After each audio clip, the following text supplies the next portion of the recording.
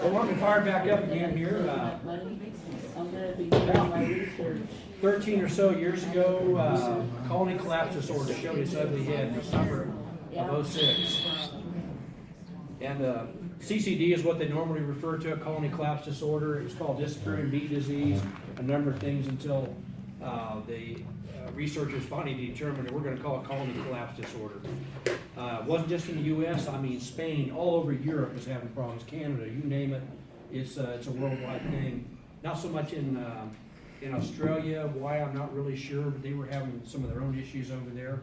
But there were specific symptoms. A lot of people, I've talked to younger beekeepers, or I should say newer beekeepers, and they said, yeah, I lost my colony. CCD got them. I said, oh, what happened? Tell me all about it. And I want to know exactly what the story was from a month ago to a week ago to today when you discovered it. But let's say we go in the hive one day and man, the hive population just boom. They're exploding, they're doing their thing, the queen's in there. We got larvae, we got brood, we got bees coming and going, collecting all kinds of stuff. And about a week or two later, we come back in there and where the heck did they go? There's the queen. There's a bunch of honey in there that nobody has robbed or anything. Maybe a couple hundred bees are running around this hive, kind of really nobody's in any order of doing what they should be doing necessarily. They're not tending to the brood. And so there's some very specific symptoms. They say, yeah, I lost my colony to CCD. I have not lost one that I'm aware of to these exact symptoms. And we'll get into some other pests later on too, but basically it happens almost, not overnight, but within a short period, maybe a week or two period, the hive is just about completely depopulated. Now, we'll back up a little bit. Say you go up to your hive one day and you look and there's just a mountain of dead bees out front of there. Talk to your neighbor. He might have sprayed them. Or somebody probably directly applied pesticide to your hive or to wherever they were working that day. Very fresh application of pesticide perhaps. So if you see a pile of dead bees, you open up your hive and there's not much going on in there, somebody probably sprayed them. So it'd be a good thing to do to maybe visit with your neighbor, because that'd be my first. Maybe they didn't appreciate your bees after all, or the commandment number one, be aware of your non-beekeeping neighbors. Maybe you didn't quite follow through with on that. Here's the thing I have about bees in town. Some people have asked me, say, you know, I talked to the city manager and they don't know what to do. They don't have an ordinance like La Crosse, apparently they're not going to allow it at all. Hayes doesn't mind. City manager's wife has a hive in her backyard. So I figured that's the best thing we got going for us here in Hayes anyway. But if you're just not sure, then don't tell anybody. That may sound well, you should let your neighbors know, hey, I'm going to put a beehive in there. You really should. But you're going to find out that one of you, oh, I'm allergic. No, you're a wimp. And maybe they are literally allergic. Who knows? So you want to be aware of that. Don't subject them to potential. But when we first moved to Hayes from Colby, we lived in town. Now we're out in the country. And the little lady lived next door to me. We were talking one day. She goes, I've noticed a few more bees in my garden than before. Have you noticed that? I said, well, I got a hive over the fence. You want to look at it? And so maybe I should have told you. She goes, my husband and I used to keep bees back in the 70s. And he passed away before I didn't get to meet him. And she goes, somewhere in the basement, I still got my bee suit. So she was all for it. Guy across the street, when I finally told him, I gave him a bottle of honey one day. And I said, yeah, I'll let you know I got some bees across the street from you. Oh, you so-and-so, no wonder. My dog got stung and drinking out of his water bowl, and bees were all over, and he got stung in the nose, and we made up. But so the question, do I tell my neighbors? Yeah, you probably should. You really probably should. But those bees, when they travel a 2 to 3 mile radius outside of that hive, they're covering the whole city of Hayes or whole town of La Crosse, for example. Your neighbors may never see one. Or if they do, they may say, yeah, I've always seen bees. You know, there are wild bees in trees here in this town, down by campus especially. I don't know really what to tell you. The proper thing to do would be tell your neighbors that you're going to put bees in your backyard and get their reactions. But anyway, back to the CCD. It was not just a North American thing, it's across the world. So all these bee researchers are going studying, and I mean, they're looking for common denominators, that one smoking gun. What is causing this thing? And one thing that came along was an illness called nosema, or nosema, if I pronounce it correctly. I've heard it pronounced both ways. And that is a disease of the gut that is caused by fungus. And very easy, very cheap to cure. It's about a $2 per hive treatment for it's called Fumidil or Fumagillin is the chemical you get. You can mix it in with your sugar water, that's how it's applied, mix it in with your sugar water. Some people will automatically do that when they get their packages or a nucleus hive or a swarm that they've captured, just in case, just want a preventative disease. The thing is now, we used to, years ago, if this was my beehive, we used to go to Pizza Hut and get pickle jars. You give that kid who's a manager a little honey bear and say, hey, send me your pickle jars, and you'll get pickle jars out the wazoo. But so they have the inner cover up here, and we'd have our gallon jar up above here because it's too tall to fit inside one of these to hide it. They just stick up about that far. So it's sticking up on top of here, and you can monitor the level of syrup so you know how much they're taking. But if you mix your fumagillin or your fumadill in there, you need to cover it. Sunlight will damage that drug, that chemical. So a 10-pound sack of sugar fits just exactly tightly, snugly over a gallon jar. That's my tip for the day on that. But we try to use any chemicals at all if possible. Maybe a pound of prevention is worth it. I don't know. I just hope I'm getting safe, healthy bees, and I'll monitor them for various pests. But anyway, diseases are something I don't treat unless I know I have a problem. But the CCD was just killing. I mean, people were losing like 70% of their hives, just wiping them out. These are experienced commercial people that maybe run 2, 3, 4, 5, 10,000 hives, and they're losing thousands of beehives, and it's almost overnight, and it happened quick. But nobody ever came up with a smoking gun. So we're saying, well, what's causing it? It could be poor diet. Okay, I'm 61 years old now. When I grew up on a farm, we had 20 acres of alfalfa over here, a few soybeans over there, some wheat over there, and that's our grandpa farmed also. Same thing, patches. We don't farm in patches today. It's the entire quarter almost is wheat now, or whatever the USDA will allow you to plant there.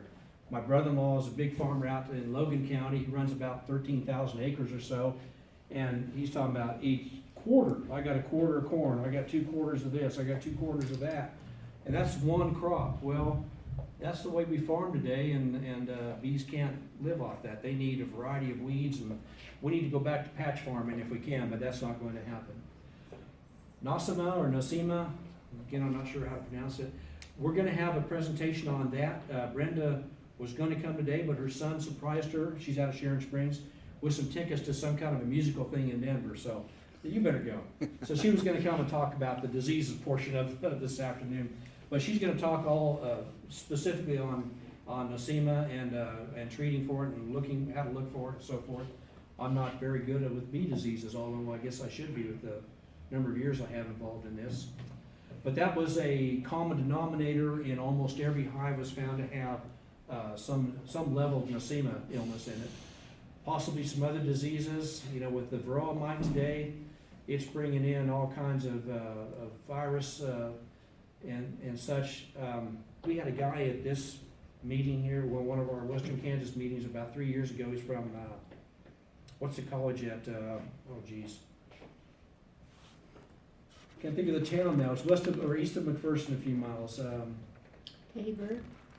What's that? Tabor. Tabor. Yes, he's a chemistry professor, and he's a beekeeper.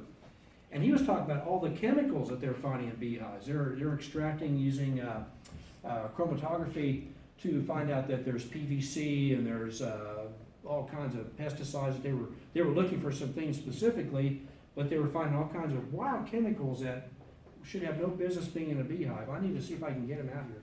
At that time, their son was attending Fort Hays State, so he was only happy to come make a trip down here. I don't know if we can get him back again or not. Norman Schmidt, really nice fellow. But it could be some other diseases, could be some stuff in our hive that we don't need, you know, some chemicals that got in there somehow. Fungicides.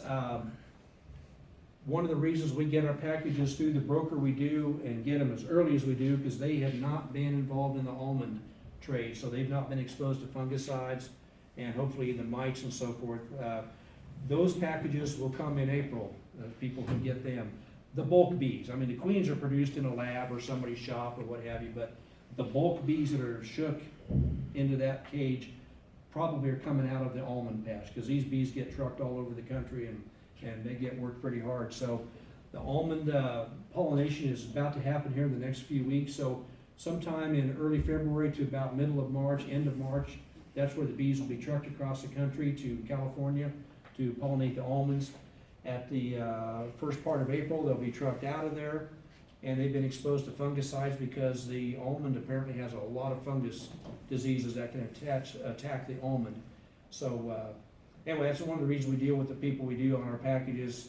They come maybe a little earlier than some people would like, but I think that's perfect timing because they haven't been exposed to the California crud. Retiring poor colonies, especially in the fall. Take your losses later in the year. If you've got 2 or 3 hives and one of them just didn't amount to anything all year long and not a whole lot of honey in there, and you think it's just not gonna make it, you might wanna combine. I think we showed a newspaper combine last week where we, if the queen is still in that really weak hive, we know she's just not laying eggs properly, we're gonna kill her, wait a day or so, and then put a newspaper over the top of our healthier hive. Just spread, I don't know what we're gonna do when people don't print newspapers anymore, but spread newspaper over there, set that weak hive on top of that and cover it up, and then 2 or 3 days, they're gonna chew through that paper and combine and be one big happy family. But if you start seeing things like this is all drone brood here, because those look like bullets.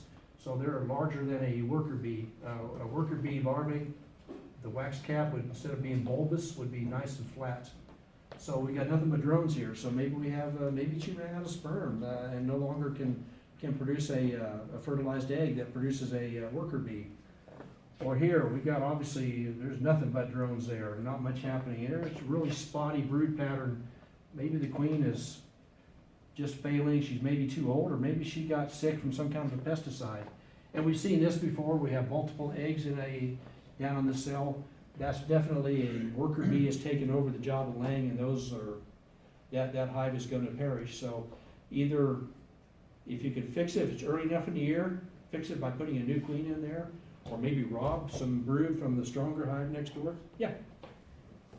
How much money do you think would be appropriate to save up for starting raising bees? Okay, we'll do that one in just a little bit, okay? Don't let me Okay. forget to answer it though.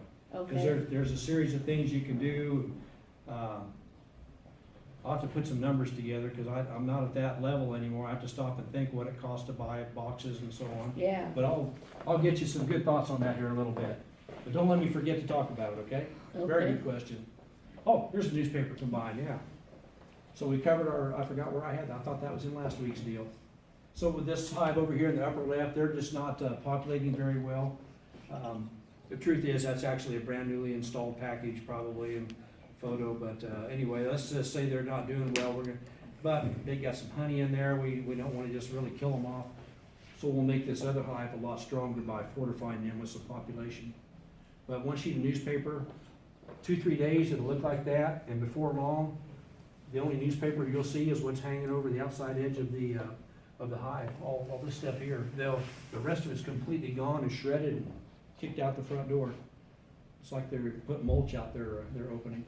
If there's a queen still in that, should you kill her off, or Yeah. will they just kill her off? Yeah, at the weaker hive, if you're definitely gonna combine this weak hive with the stronger one, you can't have the 2 queens. To kill the one. Because off for this the- one may be the winner in that fight that those two have, and you don't want that to happen, Okay, because this gotcha. queen is something that she's sick or something's happened to her, we definitely don't want her. We kinda looked at this last week, we skipped ahead last week and looked at some of the slides, but that's some mouse damage. I mean, the mice will get in there and just riddle the heck out of the comb, if that's, whether it's plastic comb foundation or the old-fashioned, I shouldn't say old-fashioned, but the all beeswax, they won't rebuild that. So you'll need to replace the foundation or the frames or both. But getting into winter, this is another thing that Brenda was gonna, does a really good talk about that, but you wanna make sure you got a lot of stores of some honey, and there's some pollens in there. We gotta have our mouse guards on. I like this style of mouse guard here. I got it hidden now, but I get those out of Glory Bee out of Oregon. I think they're about $2.40 or something like that. Dr. Delaplane told us in Topeka a couple of years ago at the state meeting, keep them on all year round. He said, think about that tree where those bees live. They got one little hole, maybe 2 little holes that they're coming and going, they'll be fine. My theory was always, no, I want ventilation. I want my hive to be as open on a 100-degree day. I want them to be able to cool that hive down. And, because down south it gets hot too. It gets really humid down there too. And he said that should not be a problem. They will ventilate it as much as they can, maybe pop the top a little bit. If I put the cover on, sometimes I may put a little stick or a little piece of lumber so that the cover, instead of being just flat on there on the inner cover, may have it propped up a little bit so air can flow on through the hive and go on out the back door. Because mine are all facing south or maybe southeast. So our southerly wind will blow through the entrance and blow on out. And besides that brood chamber where they're rearing the young, they're gonna keep that at 94 degrees anyway. So 90-degree air really isn't gonna hurt them that much. But these are the kind of things you want to prevent. We want to make sure to keep the darn mice out of there. The hive top feeders, like the band leg style feeder, is a nice one. The bees come up the middle, crawl on around through that screen, and they can get the liquid in there. Later in the winter, we don't want liquids though, because they can't evaporate it. What can happen if we're trying to feed our bees, we find they're kind of light, we need to give them some kind of a sustenance so they can stay warm through the winter. Liquid is not the good thing in January, February, because the moisture that's in that can evaporate inside the hive and maybe condense on a cold surface and literally rain on the cluster of bees, and that would put them in a unhealthy situation.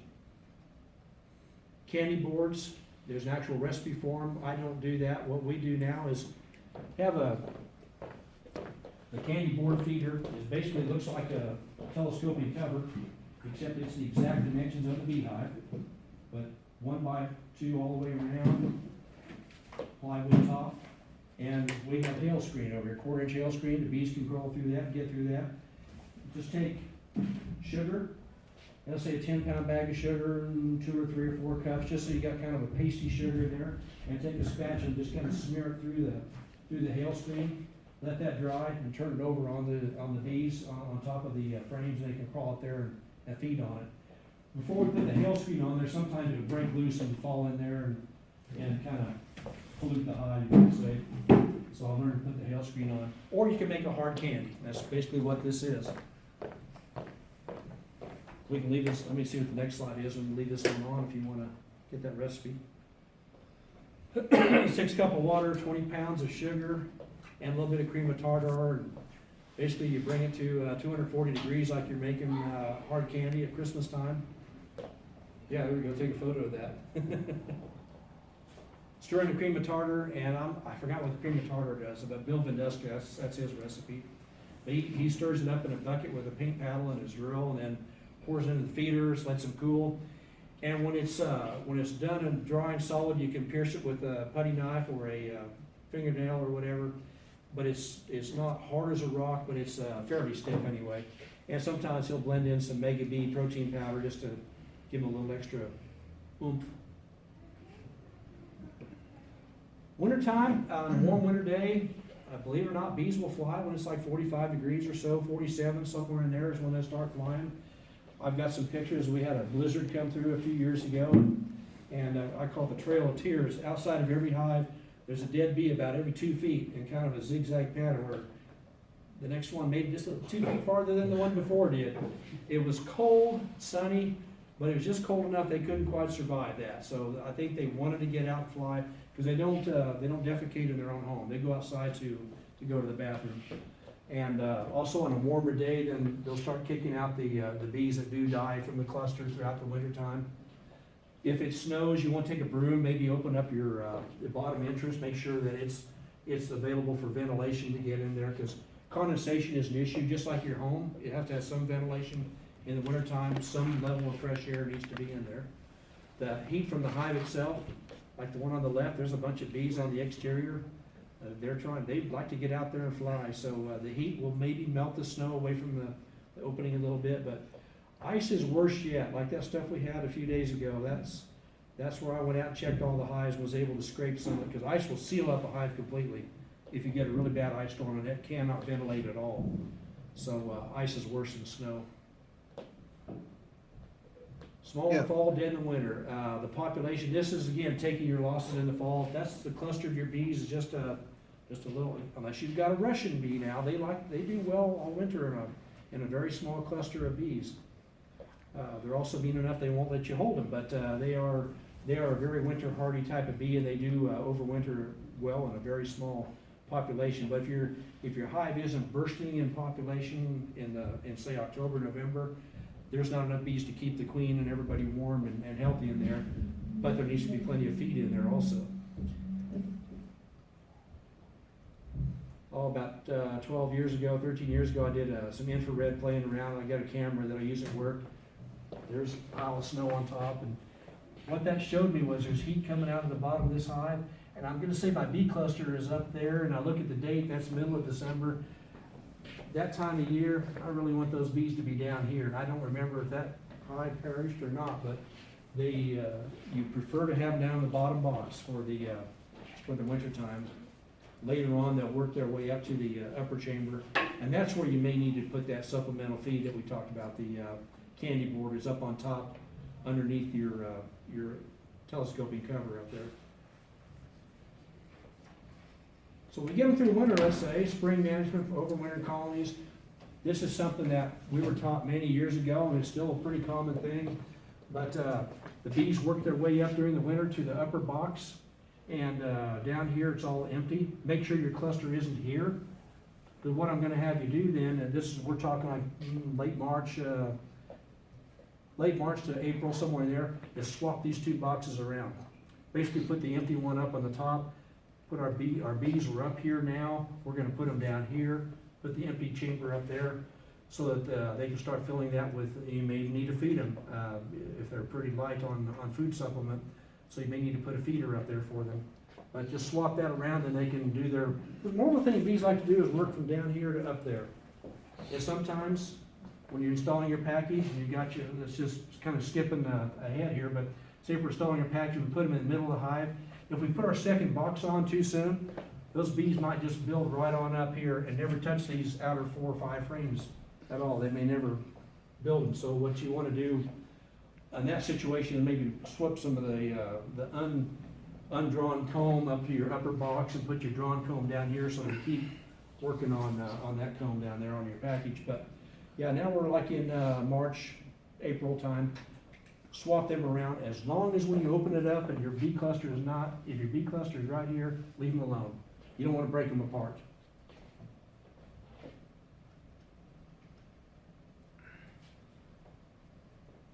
Bill Viduska, he lives out on his home farm in east of Marion, about 7 or 8 miles now. Bill's an interesting character, but I mentioned how calm the swarm normally is to work in. Right now he's capturing a swarm in this particular photo. Candy, his wife, took these pictures, and you see what kind of bee suit he's wearing. I like to at least have a veil on just in case, but normally a swarm is pretty calm to work with. So managing a swarm, we talked about that earlier. Make sure we got plenty of room, but don't give them too much room to take care of.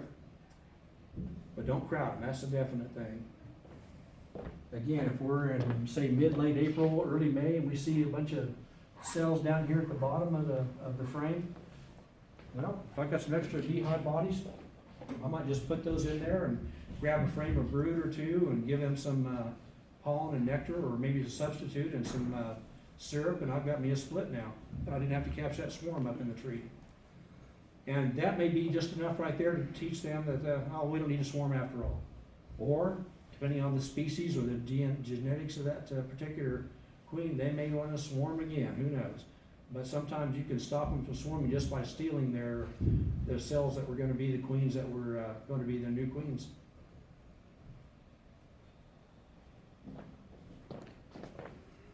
The sky is full of bees. I mean, it's an interesting thing. I was out in my backyard last year, late June, and I don't have any hives in my backyard. What the heck am I? A swarm had come, and I finally found somebody had some beehives west of me, about 2 miles. I have no idea who it is, but I know where they are. I just drove around and stumbled across them one day. The sky is full of bees, and they are collecting. I don't have a photo of it, but they're collecting on my stocked up extra beehive bodies back there. Usually I have to go to them. Well, this swarm came to me. But it was interesting to watch them in literally about 5 minutes, maybe 10 minutes. They were from thousands of them in the air to a pile of them on the outside of my beehive boxes. So I just cracked the lid open and they started crawling in, and then I hauled them away and have another colony for a new location. They'll cluster up on all kinds of things, a tree, a shrub, a mailbox even. So another thing we can do to help manage some swarming from happening is take the queen away. You'll need to make sure she's got some people to take care of her. Take some bees with her. But just by putting her in a nuke for a few days and maybe putting her back in, that might be enough to break up the brood cycle, and the pheromone kind of goes down in the hive, and it shakes things up a little. Oh, we're not gonna swarm after all, we don't have a queen. And then you put her back in, and now they don't know what's going on. You've confused the heck out of them. But just doing that, removing that queen for a few days may be enough to stop the swarming, or at least control it anyway. As I mentioned, you don't want to crowd them, and you can make a split if you've got some queen swarm cells that are ready to hatch out. And sometimes you just can't keep them from happening. But why swarm management is important is because a huge percentage of the population might leave, and now you've got 2 weak colonies. Or your parent colony is definitely weak because maybe only 30 or 40% of the bees are stayed home, and they just can't make it now for the rest of the year as far as getting enough honey made to make them survive and so on. So swarm management is kind of important, very important. Making splits, this is really more not for beginners, but for your second year, third year on, and you can make some splits, and that's basically just dividing a heavily populated colony into other colonies. You might learn how to rear queens by doing this. You say, hey, I'm gonna make some splits. I'm gonna take a class, or maybe if we can get this thing together this summer, where we can teach queen rearing. What we have to do there is have to really literally be working in beehives and have a classroom and some hives nearby, so we can do classroom stuff and in the field, and then back in the classroom making the queen cells happen. So, but why would we want to make splits? Oh, maybe we need to replace some winter losses, or maybe just want to get some, maybe not freebies, but they're a lot cheaper than buying another colony or a nuke or a package, and it may help manage some swarming. Types of splits, I don't want to, this is a class all by itself basically that I also do, but an even split, basically we just take about half the population out, leave the queen existing where she is, or at least know where she is, either know you got her or know that she's still in the old hive. Remove some eggs and larvae and a couple of frames of pollen and nectar. So they're more something that you want to have a little bit of experience before you do that. But a first year beekeeper might have a swarm scenario about to happen. Now you can make you a really easy split. Take that frame with all those queen cells on it and give her some more brood, and you now have 2 hives. So yeah, we're kind of, like I said, this is one, it's about an hour and a half session, or hour session, I should say, just on making splits. Question. Yo, You're talking about making a split because they've got queens there and they're removing that board. How many times can you do that on a box until you're really Not destroying very often. yourself? Not very, and you don't want to let them swarm very often either. Well, But what you're doing there is you're just controlling that swarm. You're capturing the swarm before it swarms. okay. So after that, you say, okay, I really need to keep an eye on this first colony, make sure they don't do that again. Okay, if they do it again, do you split again? I probably wouldn't. I think I would start destroying the queen cells, or maybe cut the cells off as they mature and make a split from another stronger colony. But that one same colony, or maybe that colony is mean as crap and I don't want any more of them, so I don't want her attitude to reflect in the new queen, so I may not want her to make splits out of her anyway. Now sometimes if you got several colonies, you may want to just sacrifice their honey crop, might have to feed them all year long, because it's such a nice, easy, tame bees to work with, and they handle pests and all that. I want to keep on making splits from them, so yeah, now I'm talking out both sides of my mouth there, but Yeah, you got some decisions to make. Well, my thought was after a while, you're cutting your box, you keep cutting percentage of Exactly. bees in there, you get to a point where you really don't want to do that no more. Right. But here's another thing that can happen. If a person can predict the weather better, say in July, they said, okay, now the predictor is saying we're gonna have a bone dry July and August. And you got 60,000 bees in this hive here. You know what? If I'm gonna have to feed them the rest of the year anyway, I might as well make a split right now, buy a queen, or take a queen cell if I have one, and make a split, feed them both. Feed both colonies. Now I got 2 colonies. Maybe I can get them both through winter. Because sometimes in summertime, that's a good time to make a split too, possibly. Yeah. How often do you check for hives? Used to be, not very often anymore now, because all the pests and diseases we have is a lot more often. I'm gonna say every Like couple of daily? weeks. No, Oh, okay. no, every time you disrupt them for several days. It takes them a while to get back in order. I mean, imagine somebody kicks open your front door, moves your furniture around, your sofa's not where it was because you didn't get the frame back in exact order. It's gonna take you a while to, oh yeah, here's my chair now, it used to be over there. Same thing with them, it's gonna take them a few days to get back to, normal action. If you do it too often, it might tick them off too. They may not like that after a while, become very aggressive. Early on, every couple of weeks, when you first get your package or nucleus hive, you wanna check them about every 2 weeks. And you wanna walk by regularly, make sure the feeder never, ever runs dry anyway. So if you're using a jar on top like we used to, we can always monitor the level of syrup. Ooh, I need to mix up some syrup. But with the frame feeders, now you gotta crack open the hive a little bit and maybe slide the lid over. Or what I've done now, my inner covers, I've drilled holes in the inner covers that line up with the 2 holes in the feeders, in the frame feeder. I think I showed you a frame feeder last week. And the manufacturer that I've been buying from for years changed on us. They always do. Used to be the holes were about here, about 3 inches in. So I've got a whole bunch of inner covers that have holes here and here. Well, now they put their openings and their ladders on the end of the, we can pass this around again, but. So now I'm gonna take my inner covers and drill 2 holes there, because then I can just pull the outer cover, look, ooh, it's getting low on syrup, time to add. But yeah, that's a very good question. Maybe I didn't talk about that enough on installing that package. 2 to 4 days later, we're gonna look at them and release that queen. And then maybe a week later, we wanna check, make sure everything's going well again, and about every 2 weeks thereafter for a while. Then after that, it's just a matter of open the lid and, ooh, they're really populating. I better throw a super on here, or another box maybe, or another brood chamber. Depending on if they only have one, they definitely need a second brood chamber box.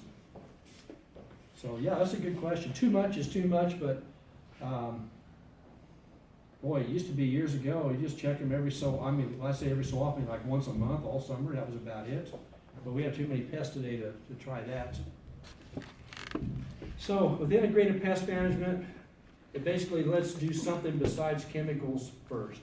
Maybe we're gonna put a new queen in there. That may take care of the problem if it's an American foul brood, or not American, but a European foul brood. Or if we just have a scenario where the other queen just not laying very good egg pattern, we might want to break up a mite cycle, or by removing the queen for a few days and maybe putting her back in then, or making a split perhaps could help break up a mite cycle. There are drone frames that you can purchase. They're greenish color. They're a plastic, Pureco is the company that makes them, and they're just like that yellow one that's on that bucket there, except they're green, and the honeycomb pattern is much larger. It's a drone size. The theory there is the worker bees will build a bunch of drone comb. The queen will lay some unfertilized eggs in there that become drones, and mites just love those drones, because remember, they take 3 days longer to mature than a worker bee does. So the varroa mite will crawl in there as they're capped over, because they can make an extra generation of their pest. But we can take that frame of drone progeny that's all capped over and throw them in the freezer overnight, or maybe a couple of nights, and then put them back in the hive, and then let that process happen again, where the queen will put some unfertilized eggs in there and make some more drones, but we're going to kill the drones to kill the mice. Biological controls, there's a company, oh golly, what is that called? It's for wax moth, and we're going to look at those here in a little bit. But it's one of these bacillus. It's a little tiny little wasp that will attack the larvae of the wax moth. And you can purchase I don't know, it's not really, what do you call it? It's a powder anyway that has the,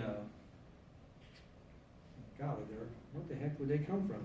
I don't know what anyway, you can spray that onto some combs, and supposedly that will cure the max moth problems, but I don't think that's taking care of wax moth, I said that wrong, as well as this guy said they would. Soft chemicals and cultural controls may be necessary. Essential oils.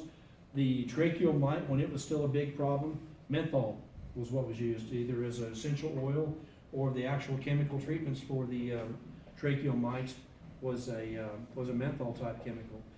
VHS bees, almost all the breeders are trying to work on a varroa sensitive hygienic bee. That is a bee that knows that drone that's going to hatch here in a few days is loaded with mites. I can smell them inside that capped over cell, and we're going to chew it out and haul the drone and those mites out and get them out of here. Or they'll also clean the mites off one another's bodies. The Minnesota hygienics that were developed by Marta Spivak, Dr. Spivak, she's about to retire here in a couple of years, I think. And she developed this variety of bee that is really well known for managing varroa mites just by dragging the drones out before they hatch and removing mites from one another. They do a really good job of that. And almost everybody's using that kind of an interbreeding now in their queen management, or their queen rearing, I should say. Sometimes there's just no option but harsh chemicals. If that small hive beetle does not get controlled by the shop cloth or by that little trap, then MITE away quick strips will kill mites, and it's the only chemical I know that will also, that's labeled also for this small hive beetle. Nasty stuff. You definitely want to wear a mask and rubber gloves when you take those out of the box and insert them in the hive. You don't want to breathe, or nothing else. Hold your breath if you don't have a good painter's type mask to wear. And I don't mean like a surgical mask. I mean the mask that has the filters on it, because those are pretty nasty chemicals. But the MITE away quick strip is also allowed to be installed in a hive when you have honey supers on. They say don't harvest for 2 weeks after you remove them at least, but it doesn't build residual chemicals within the comb or the honey. Whenever I use MITE away quick strips, it killed my queen, so I quit using it again. I don't like using chemicals if at all possible. We looked at that little critter the other day, last Saturday. It's a tick. It's related to the ticks biologically, called the VARROA destructor. And there's another mite that's over in Asia now that they're concerned about, that hope they never make it over here. And I don't know what, I just started reading about that the other day, but basically this little mite, if you could imagine something about the size of your hand, that's about how big it is on a bee, on me. And of course, if I lost a little fat, it would do me some good, but fat on a bee is a very good thing.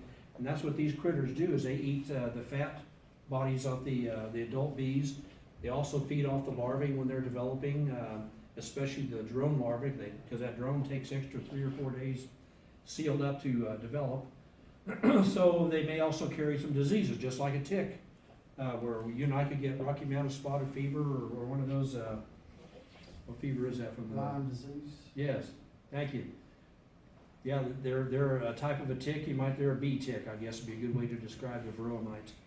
And they came over to America, I think the first sightings were in the late 80s, like 89 or 90, somewhere in there. You said freezing them out and then put them back in, just leave them, the worker bees will take the drones. They'll clean all that out, yeah. They will clean all that back They'll out. uncap those dead drones that came out of the freezer and drag them body. I mean, it gives them a lot of work to do, but if you've got a population of mice like this and you're freezing them, you're doing your hive a good favor by doing that.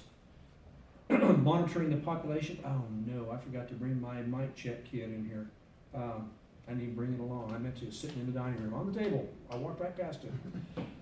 One thing you can do is a real simple mite check kit is take some screen off your package, cut it to fit on a fruit jar lid with open lid, obviously not the covering lid. So cut that to fit on there. Have a little powdered sugar. And that's where it's nice to have a tub. Let me just break here for a second and kind of, yeah, we'll go through a couple of processes here.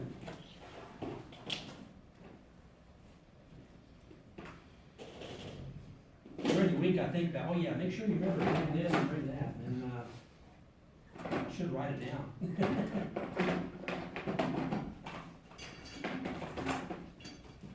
But I can't bring everything out either, so.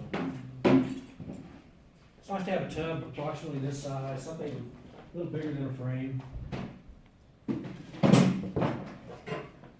We'll pull a frame out of our hive and make darn certain the queen is not on there. We've inspected thoroughly. Oh, we found the queen. We put her back in the hive. So we've got a whole bunch of bees crawling around this frame. What we're going to do is a shake. And in slow motion, basically you're kind of tossing it up in the air, going to catch it with your thumb and slap it back down your fingers. It happens just about that quick.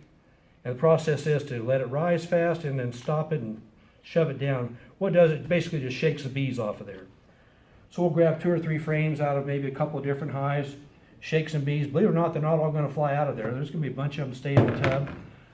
Kind of stir them up. If we've got several hives in this location, we're going to get a hive or a frame or 2 from each hive, shake some bees in there, and then we've got our little quart fruit jar. Just literally pour some bees in there. Put about 2 tablespoons of powdered sugar on there. Screw the lid on with that screen over the top. Shake them for about a full minute. And then you can dump that out on a piece of white paper or something, maybe the tailgate of your pickup or whatever. And the powdered sugar is going to be dropping the mites off the bodies of the bees. It's a non-chemical way to do it. Another thing you can do is put alcohol in there, rubbing alcohol instead of powdered sugar. It will kill the bees, but it also will knock the mites off them a lot more accurately and more rapidly. So when you're shaking that jar of either alcohol or powdered sugar and you dump the liquid out, I run mine through a paint strainer and I see what kind of critters are in there, and if I've got one or two mites, I think that's pretty good. But if I got a handful of them, oh man, I'm definitely gonna be treating all the hives with something. And it might be my weight Crick strips. We'll look at different chemicals here. When you're harvesting also, there may be some, might be a good time to crack open some of the brome drood and look in there and see if you see anything that looks like that. Because if you just look at the bees that are crawling around the frame, that might maybe underneath them, maybe on top, and maybe all. So just a visual inspection for mites, not very accurate. And I've got a whole about 2-hour presentation on varroa mite inspections and stuff too. So almost any slide we have here can turn into a presentation. Like say in Dodge City next week, we're going to talk about 3 or 4 different items that are just from one slide of this presentation here. Yeah, so there's my powdered sugar jar. I've got the screen. I didn't have to go to the hardware store because it came on my packages. Just cut that out with a sharp scissors or 10 snips.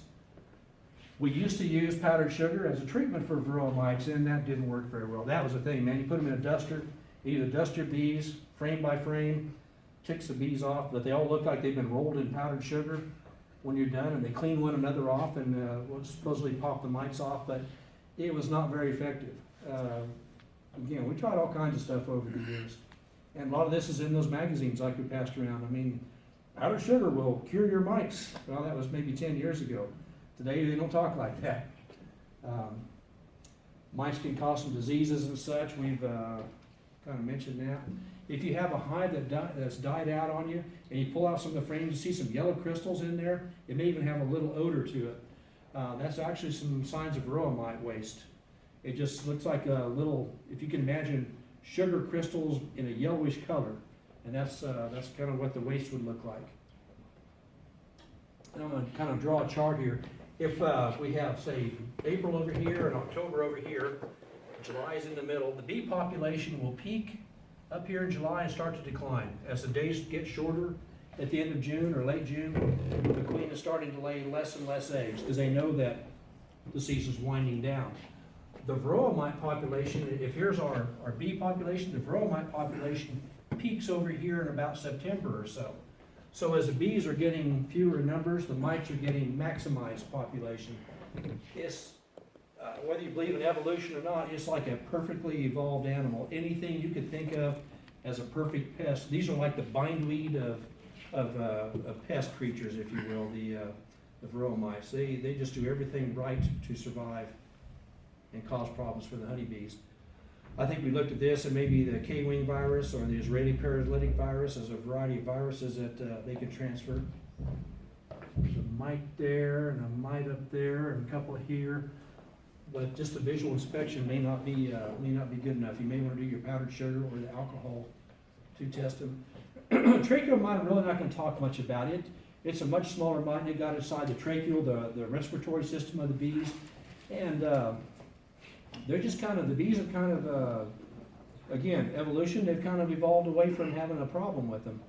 Menthol was the best treatment. Dr. Marion Ellis from University of Nebraska was the leading expert in the tracheal mite treatments and so forth, and then he said before he retired, the tracheal mites weren't a problem anymore.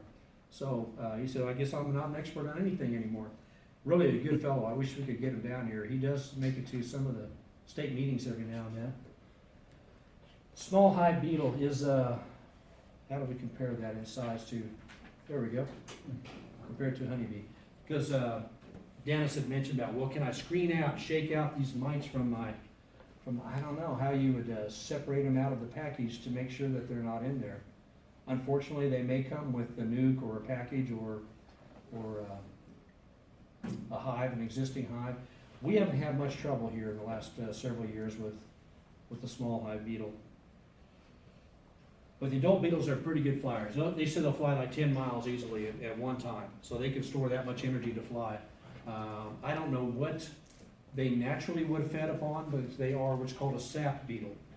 When we first thought we had small hive beetles. We sent a sample to K-State Entomology Lab, and they tested and said, no, it's a something sap beetle, and I don't remember what it was. It's very similar, it's in the same family, but they should not be a hive pest problem, and we only found 1 or 2 in the hive, and that was it. So they were not the small hive beetle. That shop cloth that I passed around earlier, this little critter here, got like a little spur in the back of the bottom of their legs, and they get caught up in those shop cloths really work. Again, if you can use a non-chemical thing to capture them, the bees will herd them around, and they will chase them across surfaces, and they get stuck on those shop cloths. That's a good thing if you can not use a chemical in there. But even a strong colony can be overwhelmed by a large population of small hive beetles. That creature has a life cycle where they lay eggs inside the hive. The larvae will feed upon the honey and will ruin it, because as they defecate, as they feed through the honey, it smells. And my nose doesn't work very well, but the one time I did have a hive situation of small hive beetles, I opened up a hive, and in my frame feeder, there were all kinds of little worms in there, and it stank. I mean, it was foul. So I took and dumped that out and flushed the feeder out, because I have to keep feeding those bees, and I didn't have an extra feeder with me. But I had a jug of water with me, and I flushed those bees out on the ground, or those larvae out on the ground, and they were only in the feeder. So the small hive beetle adults laid eggs in there, and my shop cloth didn't catch anything. My little beetle traps only had a few. That one little maneuver I got of flushing them out of my feeder did the trick. I guess I got lucky that year. But let's see how we go. Make sure I don't miss anything here. Yeah, they'll lay their eggs inside the hive, and then they hatch out in about 2 or 3 days. So back in the day when we were harvesting honey, we'd say spend maybe all day Saturday pulling the supers off the hives, taking my brother's shop, and then next weekend we'll go spin them out. And not today. Today you only remove as many supers as you can extract rapidly, because 2 or 3 days later that small hive beetle can, if they're in your hives, they can lay eggs, they can hatch out, and they can ruin your honey. You won't want it, your bees won't want it, nobody will want it, because they just make it ferment into a horrible smelling stuff. Yeah, they puncture the cappings of brood cells, and they'll put their eggs inside there. 1,000 eggs in a beetle's lifetime. And they look like a honeybee egg, but they're only a little over half the size of a bee egg. They hatch out in about 3 days. They feed on pollen and honey, and they love it. They'll also eat your dead bee or bees and larvae and brood. So about 2 weeks or so, they complete their completely development. Now they exit the hive, and the larvae crawl into the soil. And they may go 4 or 5, 6 feet away from a hive. They'll burrow down the soil about 3 or 4 inches, and that's where they pupate and turn into the beetle. Some folks will take and put, say, like a white cloth in front of their hive, or a white surface of some sort, and as those larvae are crawling out, birds come by and pick them off. Okay, that's a biological integrated pest management. I like that theory. There's also a chemical, Guard Star I think it's called, it's available in the bee supply companies, but it's a soil chemical. And so it's designed to poison the soil itself around your hive, so that beetle's larvae is trying to pupate in there, they're going to die inside that soil. I've talked to some people who use salt, they salt the soil, they say that seems to work. So again, if we can get away from a chemical, that's great. But fortunately, we haven't had a lot of trouble with them. Those shop cloths and those little traps just seem to be doing the trick as far as capturing them. Yeah, again, a weak colony is subject to anything. Keep your bees as strong as possible, if at all possible.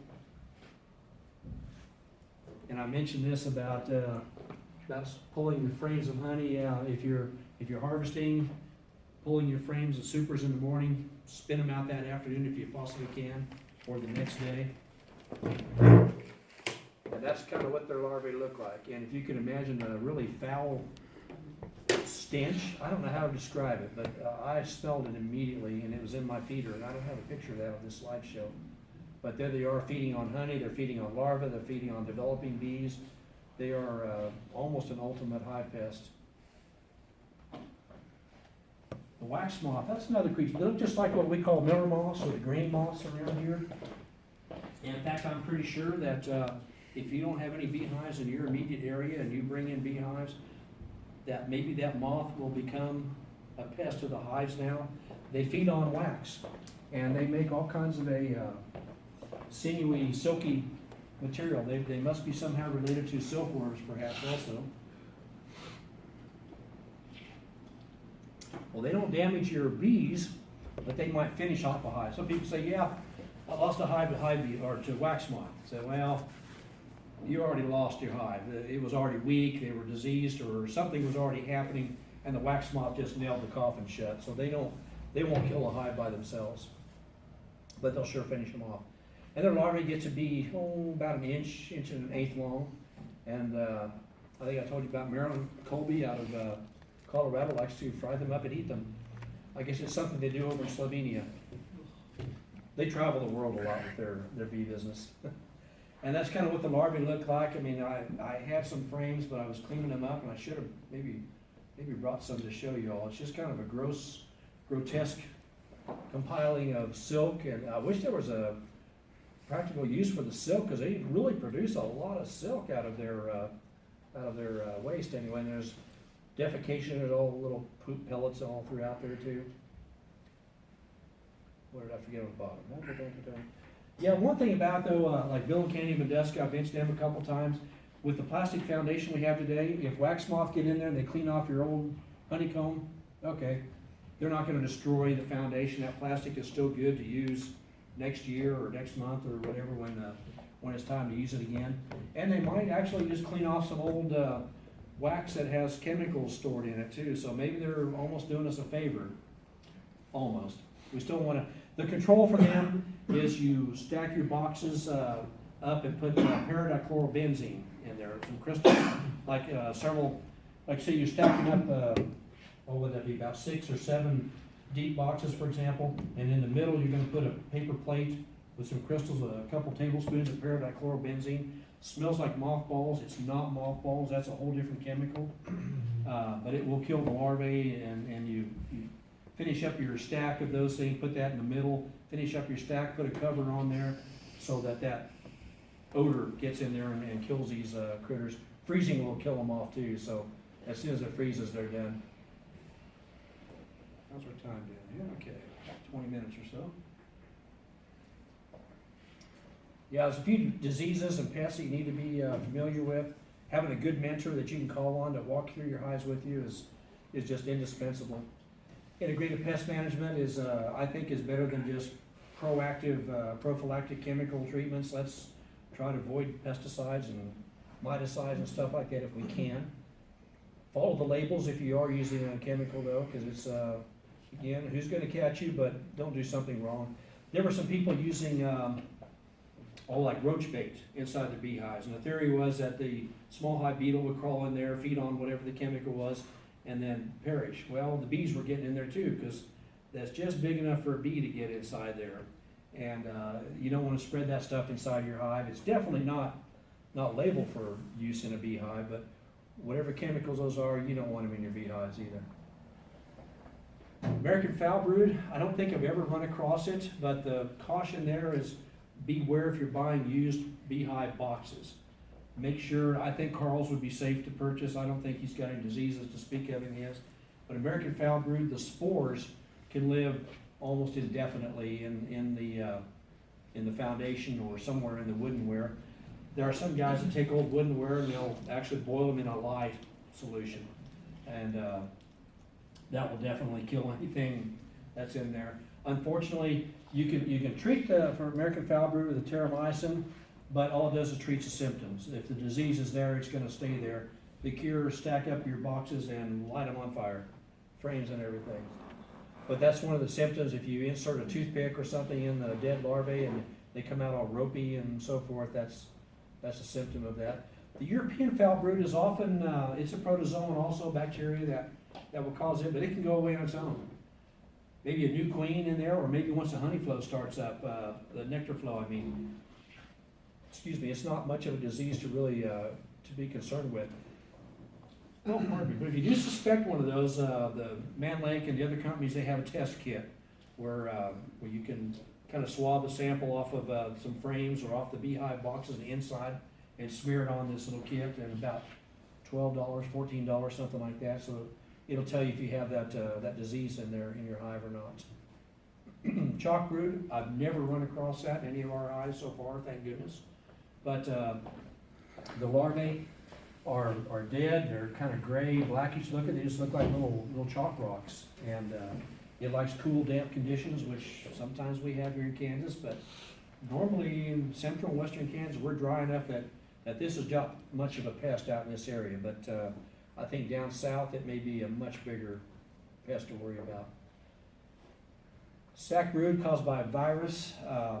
Again, being a virus, is not much you can really do to treat it, but requeening often just takes care of that whole situation. The larvae will die as they're developing, and they just kind of turn brown, black, and curl up, and so forth. That's another disease that, if I've ever had it, I don't think I've ever observed it. Nosema, basically bees get the runs. So this is dysentery. They're getting out of the hive and they can't wait to get out of there to poop, to defecate. It's a gut disease, and there's a protozoan that causes that, the Nosema ceranae or Nosema apis, and fairly common. We've done some preventive treatments for it, and fumagillin is the chemical. It's about $2.5 per hive to treat. So it's not a very expensive thing. I do maybe suggest on new packages, maybe not a bad thing to do, but again, depending on your feeder, you want to make sure it's not exposed like one of those boardroom feeders with the jar outside. You want to make sure you cover that feed jar because the sunlight will damage this chemical. So fumagillin will be more preventative as far as once a hive gets really sick with anything, it's really hard to correct it and cure them of it. But there's a fumagillin. Now it's a white label. I think this company is no longer in existence. Another company has taken over their patents and so forth. Checkmite, Apistan, Apivar, those are, and Apigard, these are varroa mite chemicals. Terramycin for the foul broods, but you can only get that today with a prescription from the veterinarian. That came about 2 years ago. So the Apivar, let's see, there's also HopGuard is another one. It's made out of hops, so it's a natural type of pesticide. It's supposedly fairly effective on the varroa mite. The problem is that wherever you're getting your bees from, they may have already used these. There may be some resistance to some of these chemicals. I think Dennis had mentioned the other day about using oxalic acid, and that's what I do for treating mites. I don't remember if I got anything on here. I don't have much on it. But oxalic acid is wood bleach. So you can get it at Ace Hardware, Home Depot, just about anywhere. Little 10-pound, $10 jar like that will last you for years. I mean, it's a nickel a hive to treat, a dime. Yeah. How much do you think all this will cost to start? This might be a good time to go ahead and mention that. You can get a beginner basic beekeeping kit from any of the supplying companies, and they're gonna start from about $180 on up. That'll be a box or two, a bottom board, you know, the basic components that you need, the frames that go inside, and a bee suit and a smoker. So you're talking about $200 to start. Later on, you're gonna need more boxes. That will just get you started. But you'll have a smoker, you'll have probably a hive tool will be in there, and a maybe not a high quality bee suit, but a good enough bee suit to work for 99% of the bees you're gonna be dealing with. So yeah, you're looking at $200 to start. Packaged bees, excuse me, I've seen them, we were $140 this year, taxes built into that. I've seen them from 135 plus sales tax on up to $210, depending on the supplier. How about the suit? The suit, those are, just a jacket itself could be $50 to $100 for the really high quality ventilated ones, and a full suit is about, say, $80, $90 on up from there. There's some that are $200 or $300, but those are for the people that go to Africa and deal with the really, really mean bees. You don't need one of those suits. BJ Sheriff is one of them. They say guaranteed to be sting proof. So you know it's gonna be a hot, thick suit to be wearing. And they're very high quality, but they're very expensive too. So like all together? Like all together with some bees and a suit and the basic boxes to get started, you're probably talking about $400 at a minimum. Somewhere in that neighborhood, yeah. You didn't let me forget. I almost did. But yeah, it's not a cheap hobby to get into. But the nice thing is I've got this kit that I'll loan to anybody. You don't have to make a donation if you don't want to. to the Bee Lives Matter, that's fine. Some people do, most people do, but that's so we can donate money to Randy Oliver and some of these researchers, the Save Farm at Manhattan and places like that. We've made some donations over the years, not big money, but it adds up. And then I want to put a little bit of money aside so as this stuff breaks down and needs to be replaced, I don't have to take it out of my own savings to replace the bucket, because eventually that bucket's gonna crack and stuff like that. The hot knife is gonna wear down eventually and quit working. They're about $120, so I've got all that stuff available for loan if somebody needs it. Let's see, what are we doing? Almost 4 o'clock. Apple Life VAR, Varroa mites, the Mite Away quick strips, the next one down I mentioned for Varroa and the small hive beetle. Nice thing about this chemical is it can be done with honey supers on the hive. And I don't know why they mentioned the strips are compostable. I guess, I don't know if I want any of that in my compost pile, but those strips are left in the hive for about a week. Daytime temperatures have to be minimum of 50 degrees, night or day, but no more than 92. That chemical will break down if it's too hot, and I'm not sure what happens when it's too cold. Apple Live VAR, I think there's a lot of resistance to that for Varroa mite treatment. Apivar is a very popular one for Varroa only. Those are little strips about 1 inch wide, about that long. You just slide them down between the frame. All the beekeeping supply companies have those in their catalogs, and you can see them on the internet if you have that, and they'll give you a chart just like this of when to use them, where to use them, so on. Check mite, that's another small hive beetle, and because it's the same chemical as the Mite Away quick strips are. Let's see here, fumagillin, that's for nosema or nosema, that's for that disease in their gut. Let's see, terramycin, again, you have to have a veterinarian to get you a prescription for that. Menthols for tracheomites. Tracheomites, thank goodness, are not much of an issue anymore. Guard stars for the small hive beetle larvae. It's treating the the soil with a chemical around your beehives for when they pupate. Yeah, I mentioned that several times about terramycin. You have to have a veterinarian prescribe it. Fumagillin is for the nosema disease. Maybe not a bad idea to do this as a prevention. Some years we do and some years we don't. We just mix up your 1-to-1 syrup in the spring, and whatever the ingredient on the was it 2 ounces of warm water, yeah, whatever, you're on a teaspoon, whatever the label says, that's what you want to put in. So 1 rounded teaspoon and a couple ounces of water, then blend that in with your syrup feed. Apistan and check mite, Apivar strips, there's some resistance to that. Ed Colby out in Colorado will tell you, like Hop Guard, for example, it's made out of hops, it's natural, but he said the bees eat it, they get drunk, and they're happy, and they just survive. Yet the label says it will kill up to 95% of them, so I'm not sure what to tell you. All the different chemicals have some effectiveness, but there could be some levels of resistance out there also. Jim Kelly from Larned, he likes Apigard, that's his favorite. 85 to 90% efficacy of kill on the Varroa mite, and you can use it in a wide variety of temperatures. You want to make sure that if you're using screen bottom boards to help ventilate the hives, that they're closed up, or use solid bottom boards, so you don't want the hive to get too ventilated, I guess, with this chemical is being used. Hop Guard, yeah, Ed Colby says it's just no good, so we'll skip on that one. Oxalic acid, that's a wood bleach. That's a very inexpensive, very cheap method of treating. There's 2 ways to do it. One is a dribble or a drizzle, some people call it that, where basically you mix up by the directions, and I think I've got the ratio here a little later on. Mix that up into a solution, either a squirt bottle, or they really recommend more like a veterinary syringe, and just squirt it down the seam between each of the frames. And use no more than about 50 milliliters of that per hive. And if you dribble some on top of the frames, that doesn't count. It's only the stuff that gets on the bees. There's always a little bit of natural oxalic acid in a beehive, because this is contained in a lot of plants. That's the stuff that's in rhubarb leaves. That'll make